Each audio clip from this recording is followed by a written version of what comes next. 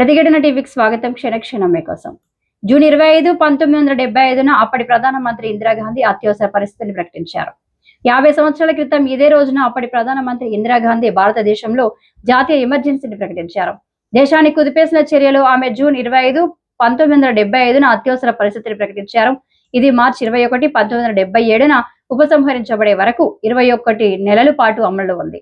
1975 అత్యవసర పరిస్థితి, మూడవ జాతీయ అత్యవసర పరిస్థితి, భారత్ చైనా మధ్య యుద్ధం కారణంగా 1962లో మొదటి అత్యవసర పరిస్థితి చోటు చేసుకోగా, ఇండో పాకిస్తాన్ వివాదం కారణంగా 1971లో రెండవ అత్యవసర పరిస్థితి తలెత్తింది. చైనా మధ్య యుద్ధం కారణంగా 1962లో మొదటి అత్యవసర పరిస్థితి చోటు చేసుకోగా, ఇండో పాకిస్తాన్ వివాదం కారణంగా 1971లో రెండవ అత్యవసర పరిస్థితి తలెత్తింది. 1970ల ప్రారంభంలో ఇందిరా ప్రభుత్వంపై తీవ్ర వ్యతిరేకత వ్యక్తమైంది. జయప్రకాష్ నారాయణ్ నేతృత్వంలోని నిరసనలు బీహార్, గుజరాత్లలో ఊపందుకున్నాయి.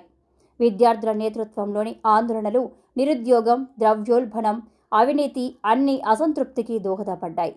1975 జూన్ 12న జస్టిస్ జగ్మోహన్ లాల్ సిన్హా ఇచ్చిన ఒక మైలురాయి తీర్పు ఇందిరాగాంధీ 1971 లోక్సభ ఎన్నికల ప్రచారంలో ప్రభుత్వ యంత్రాంగాన్ని దుర్వినియోగం చేశారని తీర్పునిచ్చింది.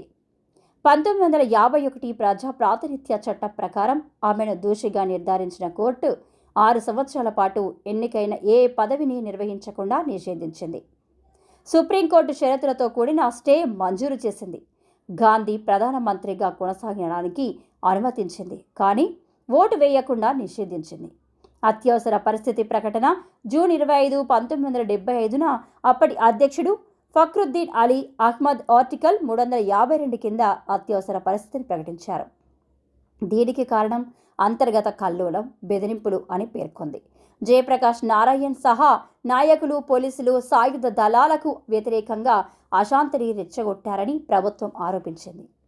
1978లో 44వ రాజ్యాంగ సవరణ ద్వారా చివరికి సాయుధ తిరుగుబాటుగా మార్చబడిన పదబంధానికి బదులుగా అంతర్గత కల్లోలం అనే పదబంధాన్ని ఉపయోగించారు. ఈ నిర్ణయం కార్యనిర్వాహక వ్యవస్థకు అధికారాలను ఇచ్చింది. రాష్ట్ర అధికారాన్ని కేంద్ర నియంత్రణలోనికి తెచ్చింది. 1975 అత్యవసర పరిస్థితి సమయంలో పౌర స్వేచ్ఛలు నిలిపివేయబడ్డాయి. ప్రతిపక్ష నాయకులు జైలు పాలయ్యారు. ఎన్నికలు వాయిదా వేయబడ్డాయి. పత్రికల గగ్గోలు పెట్టబడ్డాయి మరియు ప్రభుత్వం వ్యతిరేక నిరసనలు అణిచివేయబడ్డాయి. అత్యవసర పరిస్థితి ముగింపు సార్వత్రిక ఎన్నికల ఫలితంగా ఏర్పడిన రాజకీయ మార్పు తర్వాత మార్చి 21, 1977 వరకు అత్యవసర పరిస్థితి కొనసాగింది.